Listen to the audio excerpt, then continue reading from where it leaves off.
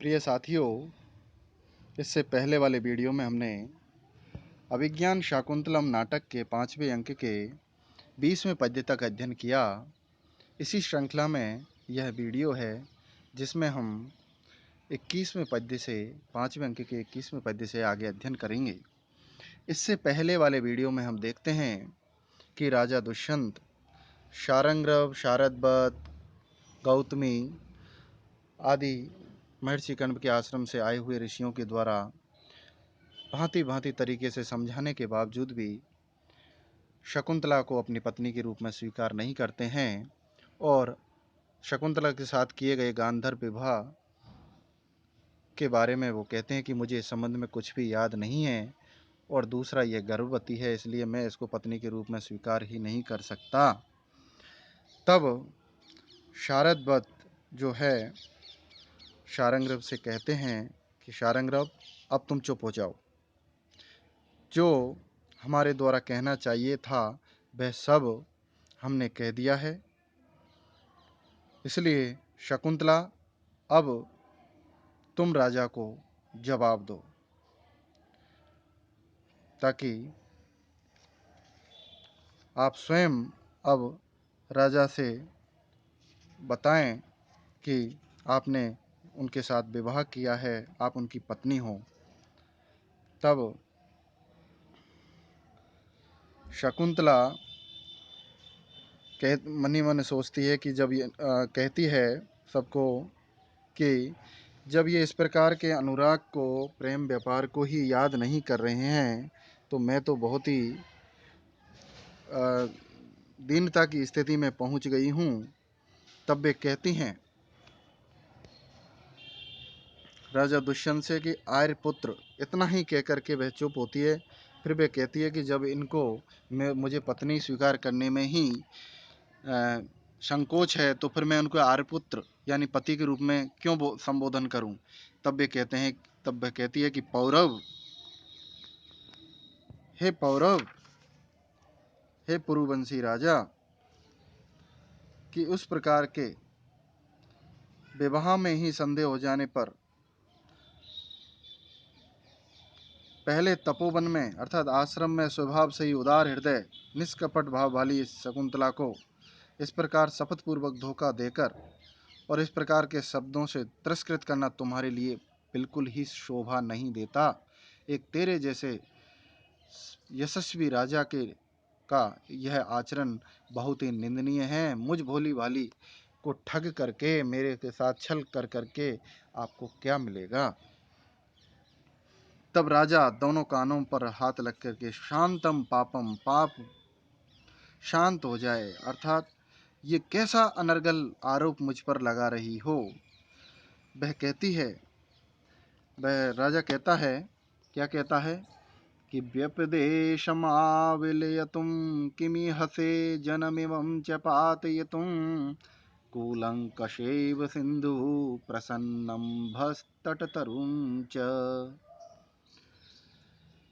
कि कूलंकषा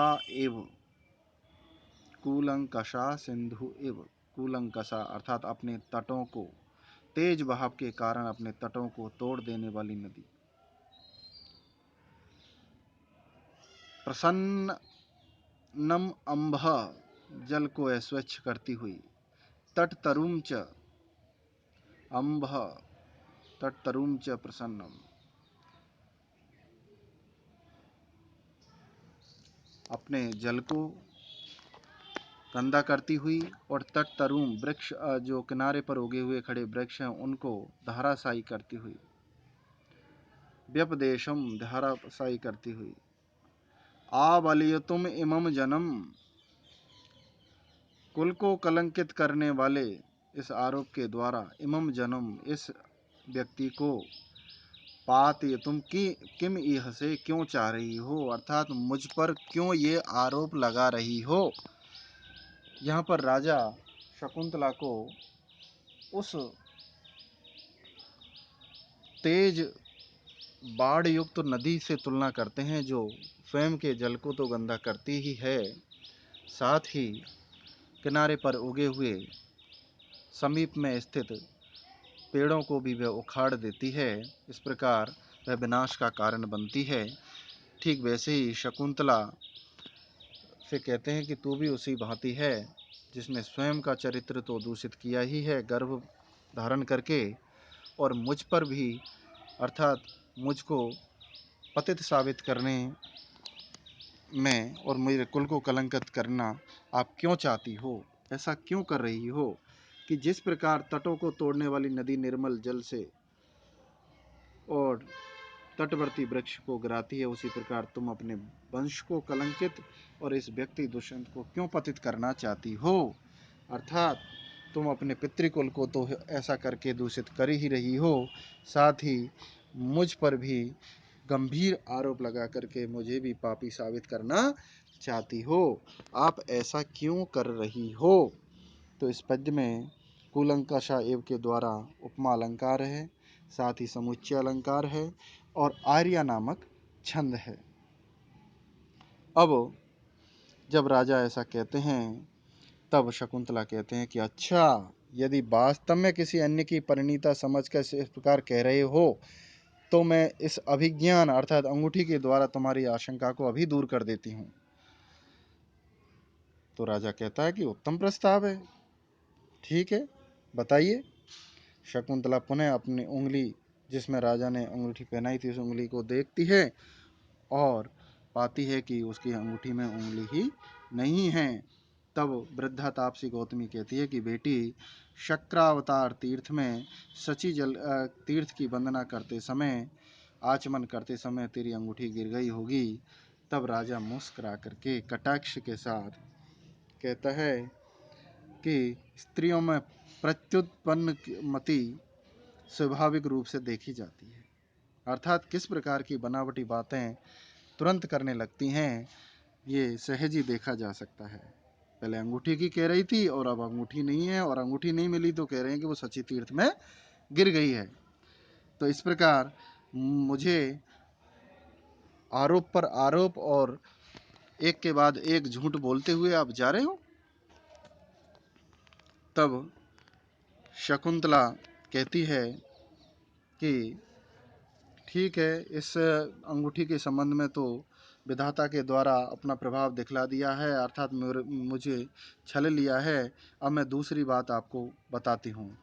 तब वह राजा उसकी बात को सुनता है और शकुंतला आश्रम में हुए उनके प्रेम व्यापार और मृगपोतक के साथ जो व्यवहार किया गया कि शकुंतला के हाथों तो जल पी लिया था, लेकिन राजा के हाथों मृग के छोने ने, मृग के बच्चे ने जल नहीं पिया था।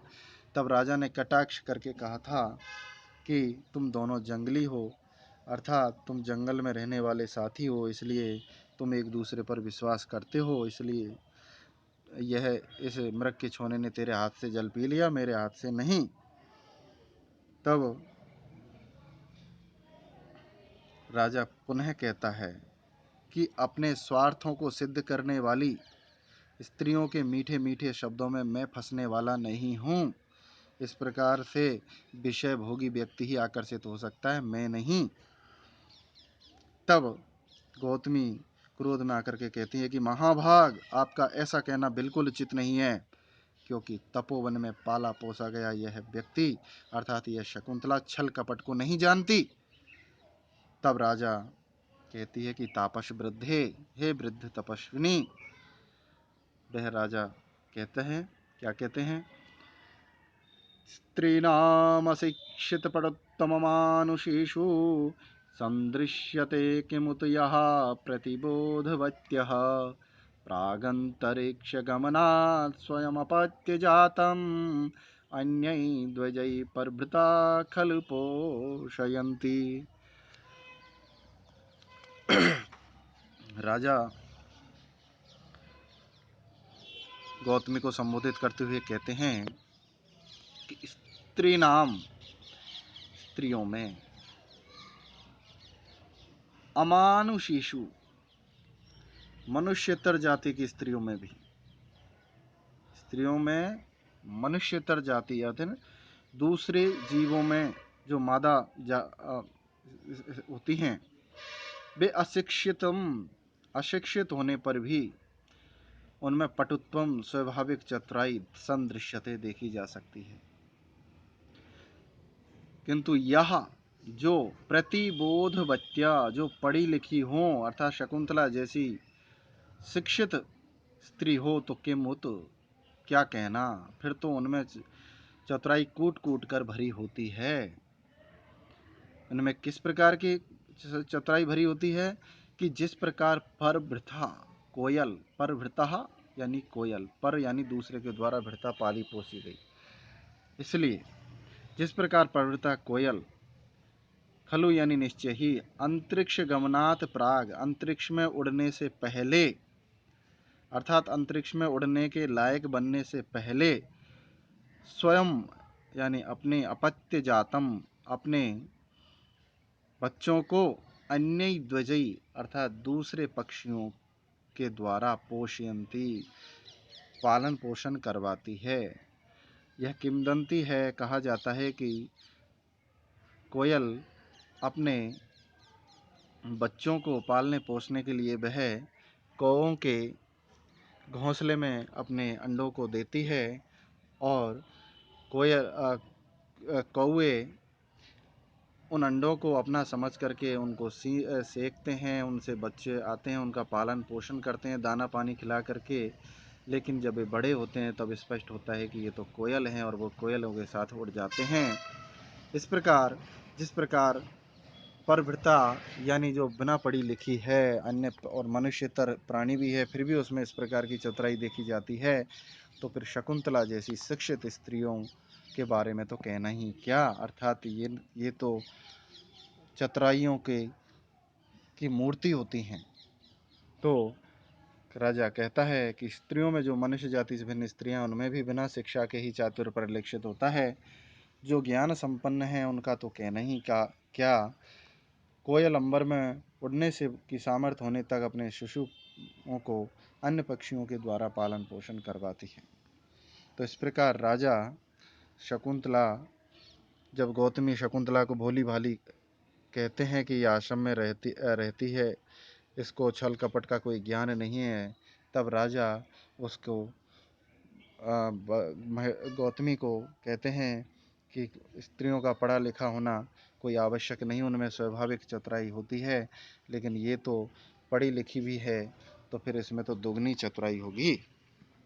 तो इस प्रकार राजा समस्त स्त्री जाति को जन्मजात चतुराई का पुंज बताता है। तब शकुंतला अति क्रोधित हो जाती है और वह कहती है कि अनार्य दुष्ट, तू अपने जैसा ही सबको समझता है, धर्म का चोगा पहने और तिनकों से ढके हुए कुएं की भांति तेरे जैसा नीच ही है, तेरे जैसा और कौन हो सकता है जो तेरा अनुकरण कर सके। अर्थात तुम तो नीचों के भी नीच हो, तुझसे घटिया और व्यक्ति कौन हो सकता है। इस प्रकार क्रोध में आकर के शकुंतला दुष्यंत को खरी खोटी सुनाती है। तब राजा उसके क्रोध को देख करके हड़बड़ा सा जाता है और वह चिंतन करता है कि इसका मन ही मन चिंतन करता है कि इसका क्रोध तो सच में अकृत्रिम सा है, या बनावटी नज़र नहीं आ रहा है। इसकी बातों में के हाव भाव और बातों से ऐसा लग रहा है कि इसकी बातों में कुछ सत्यता है। क्यों? राजा मनी मन कहते हैं, क्या कहते हैं कि मय्ये विस्मरण दारुण चित्त वृत्तौ वृत्तम रह प्रणयम प्रतिपद्यमाने भेदाद् भ्रुवो कुटिलयोरतिलोहिताक्षा भग्नं शरासन विमातिरुषा स्मरस्य। कि विस्मरण दारुण चित्त वृत्तौ, विस्मरण यानी भूल जाने के कारण, दारुण यानी कठोर, चित्त वृत्तौ चित्त वृत्ति वाले, मई यानी मेरे ऊपर, एव यानी ही, रह यानी एकांत में, वृत्तम यानी हुए, प्रणयम प्रणयम प्रणय व्यापार को, अप्रतिबद्ध माने, लेकिन अब वह मुझे स्वीकार नहीं है, मुझे कोई याद नहीं है। क्योंकि मैं भूल गया हूँ। अतः ऐसी स्थिति में अति रुषा, अति क्रोध के कारण, अति लोहिताक्षा, अत्यधिक लाल आँखों से युक्त, और भेदात, भ्रुवो भेदात, भ्रुवो यानी दोनों बाहों को टेढ़ा करने के कारण, कुटिलयो टेढ़ा करने के कारण, कुटिलयो भ्रुवो भेदात, कुटिलयो यानी तिरछी, भ्रुवो यानी बाहों को, भेदात चढ़ा करके, इस शकुंतला के द्वारा मानो स्मरश्य कामदेव का शराशनम यानी धनुष ही भग्नम एवं मानो तोड़ दिया है, अर्थात काम भाव को तार तार कर दिया है। अर्थात इसकी बातों को सुनकर के मुझको सत्यता सी प्रतीत होती है, लेकिन मुझे फिर भी कुछ याद नहीं आ रहा है। लेकिन इसकी क्रोध में आकर के लाल आंखों से युक्त, बाहों को टेढ़ी करके इसने जिस प्रकार का हाव भाव प्रकट किया है, उससे ऐसा लगता है कि इसने साक्षात कामदेव के बाण को भी तोड़ दिया है। कि विस्मृति के कारण कठोर मनोवृत्ति वाले मेरे द्वारा ही एकांत में संपन्न प्रणय संबंध को स्वीकार न करने पर, अति कोप के कारण अति रक्तिम नेत्रों वाली अर्थात लाल नेत्रों वाली शकुंतला ने अपनी तिरछी बाहों को चढ़ाकर मानो कामदेव का धनुष ही तोड़ दिया है। अर्थात अब काम भाव और आसक्ति का विषय ही समाप्त कर दिया है। राजा ने स्वयं को दारुण चित्तवृत्ति यहाँ पर कहा है। दारुण चित्तवृत्ति अर्थात वह कह रहा है कि यदि मैं भूल गया हूँ तो दारुण चित्तवृत्ति ही है, लेकिन अब मुझे याद नहीं है तो मैं इसको कैसे स्वीकार करूँ। तो इस प्रकार यहाँ पर उत्प्रेक्षा अलंकार और काव्यलिंग अलंकार है और बसंत तिलका नामक छंद है। तब शकुंतला कहता है कि अच्छा, यहाँ तो मुझे दुष्चरित्र सिद्ध कर दिया गया है। अब मैं तो अपने आप को ऐसा ही मानती हूँ कि पुरुवंश के विश्वास के ऊपर से पुरुवंश के विश्वास पर मैं ऊपर से मधुर और हृदय में विष भरे हुए इस राजा के हाथ में पड़ गई हूँ। और ऐसा कह करके वह दहाड़े मार मार करके रोना शुरू कर देती है। तब शारंगरव कहते हैं कि इस तरह अपने आप की गई अनियंत्रित चंचलता अर्थात स्वच्छंदता इसी प्रकार दुख देती है। आपने बिना किसी गुरुजनों की परवाह किए, एकांत में बिना किसी से पूछताछ किए, परिवारजनों से अनुमति लिए आपने जिस प्रकार यह कदम उठाया है, यह उसी का परिणाम है। शारंगरव कहते हैं सभी को संबोधित करते हुए, इसलिए कहा गया है, क्या कहा गया है कि अतः परीक्ष्य कर्तव्यम विशेषात संगतम रह अज्ञात हृदये स्वेवम वैरी भवति सौहृदम। अतः इसीलिए, रह यानी एकांत में, संगतम यानी जो संगति है, आपसी मित्रता है, प्रेम भाव है, वह विशेषात विशेष रूप से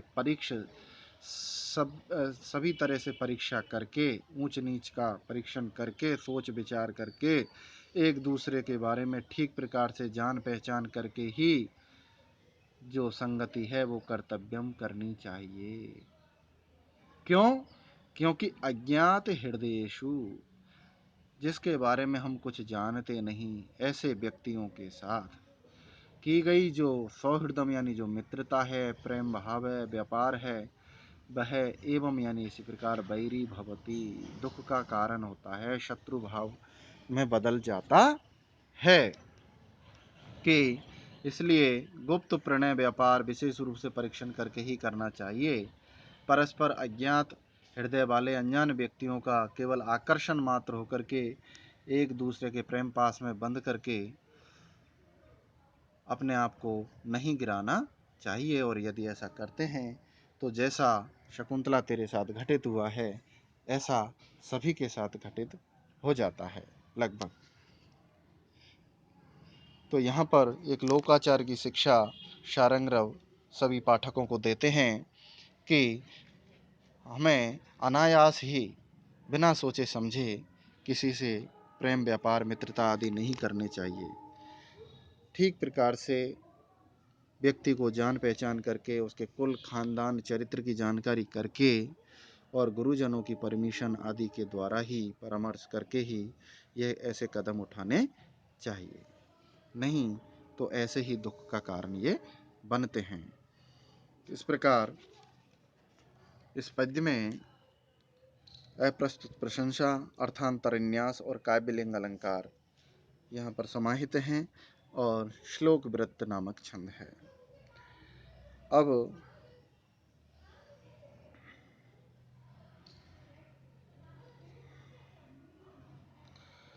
तब राजा कहता है कि ये महानुभावों, हे महर्षियों, इस शकुंतला पर विश्वास के कारण ही क्यों दोषयुक्त वाक्य ही मुझे पीड़ित कर रहे हैं। या विश्वास की बात तो दूर, जिस प्रकार के तुम मुझ पर आरोप लगा रहे हो ये मुझे बहुत आहत कर रहे हैं। तब शारंगरव बड़ी ईर्ष्या के साथ तब सभी को संबोधित करते हुए कहते हैं कि आप लोगों ने यह उल्टी बात सुनी, अर्थात अब हम जो कह रहे हैं उसको राजा आरोप समझ रहा है। कैसे? उसके संबंध में शारंगरव कहते हैं कि आजन्मन शाठ्यमशिक्षतो यः तस्या प्रमाणं वचनं जनस्य परातिसन्धानमधीयते यैर्विद्येति ते तन्तु किलाप्तवाचः। सुनिए भाई, यह यानी ये राजा है, यह यानी जो व्यक्ति आजन्मना, जन्म से, साठ्यम यानी चतुराई आदि को, अशिक्षिता जिसने कभी नहीं सीखा है, अर्थात जिस शकुंतला ने जन्म से लेकर के आज तक कोई साठ्यता, धूर्तता, चतुराई आदि नहीं सीखी है, जिस पर आती जाती नहीं है, क्योंकि उसका रहने करने का, सत्संगति का, आश्रम में रहने का ऐसा वातावरण है कि उसको ऐसे सीखने का कभी अवसर ही नहीं मिला। किंतु फिर भी ऐसे व्यक्ति का, अर्थात इस शकुंतला का, तस्य वचनम, तस्य जनय से, ऐसे व्यक्ति का वचनम तो अप्रमाणम, प्रमाण रहित है, अर्थात वह जो कह रही है वो तो झूठ है। किंतु यही जिनके द्वारा, अर्थात इस राजा के द्वारा, परातिसंधानम, दूसरों को ठगने का, दूसरों को धोखा देने का, कि जो विद्या इति, विद्या है ऐसा समझ करके अधीयते, अध्ययन किया जाता है, अर्थात दूसरे को छल कपट करने की जिसको शिक्षा विशेष रूप से दी जाती है और वह ऐसा अध्ययन करता है, तो ते यानी वे, तो आप तो वाचा किला, वे तो पूर्ण तरह सत्यवादी हो गए, अर्थात उनकी बात तो सत्य हो गई। तो ये उल्टी बात सुनी आप लोगों ने कि राजा स्वयं को तो निर्दोष साबित कर रहा है और हम पर, इस शकुंतला पर और हम सभी को दोषी साबित कर रहा है।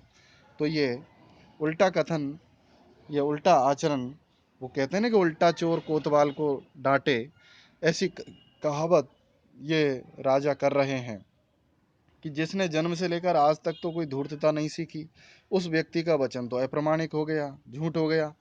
और जो दूसरों को धोखा देने को एक विद्या के रूप में सीखते हैं राजनीति में, तो वे आज सत्यवादी बन गए। तो हे राजन, आप जो कह रहे हो वो बिल्कुल गलत है। तो इस प्रकार इस पद्य में प्रस्तुत प्रशंसा और रूपक अलंकार है और उपजाति नामक छंद है। इस वीडियो में हम इतना ही अध्ययन करेंगे। अगले वीडियो के लिए हम 26वें पद्य से आगे अध्ययन करेंगे। आज के लिए इतना ही। धन्यवाद।